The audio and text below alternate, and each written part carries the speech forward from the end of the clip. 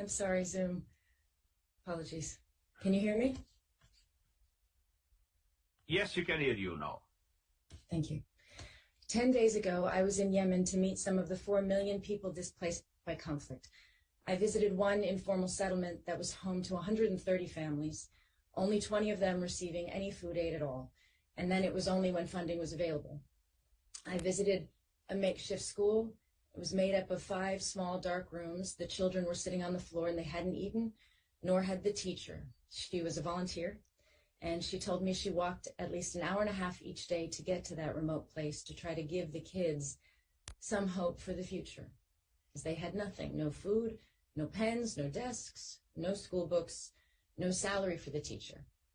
13-year-olds were sitting next to 3-year-olds, striving to learn to read and write in a hope for a future that they may never see. I visited another site where displaced families live in flimsy shelters with no income and no food at all. Miles away from any water or sanitation, there are no toilets, no showers, and there was no school. And most of the children, because of the years of conflict, were illiterate. Many young girls being married off, perhaps to spare family another mouth to feed or to receive a dowry that might help the other children in the family to survive. I met a mother who had lost 3 of her children to preventable illnesses. Her son was now sick and in the hospital.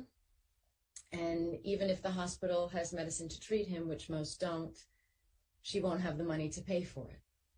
So this is the reality of an aid appeal that is drastically underfunded amid a conflict that has gone on for so many years without political solution.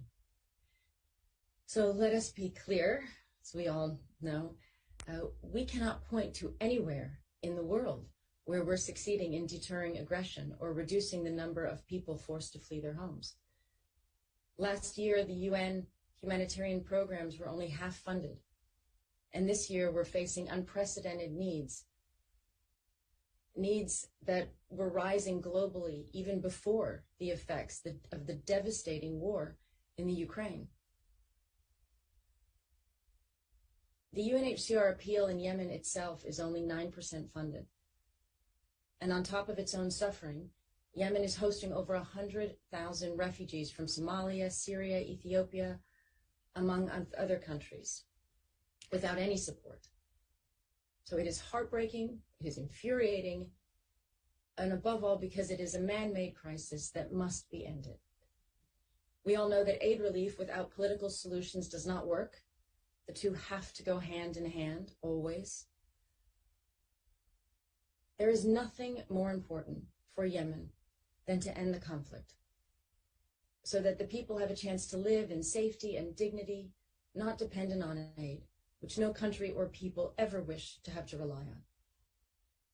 The next pledging conference should be about helping the people of Yemen rebuild and develop their country, not just a meeting about percentages of aid appeal to help only a fraction of the millions of people in desperate need not to die of hunger and preventable illness. But that is where we're at now.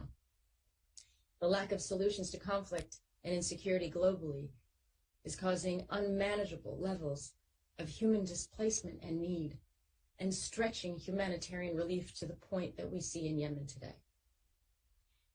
You have an opportunity as governments to address this desperate human emergency and to seek an urgent end to the conflict.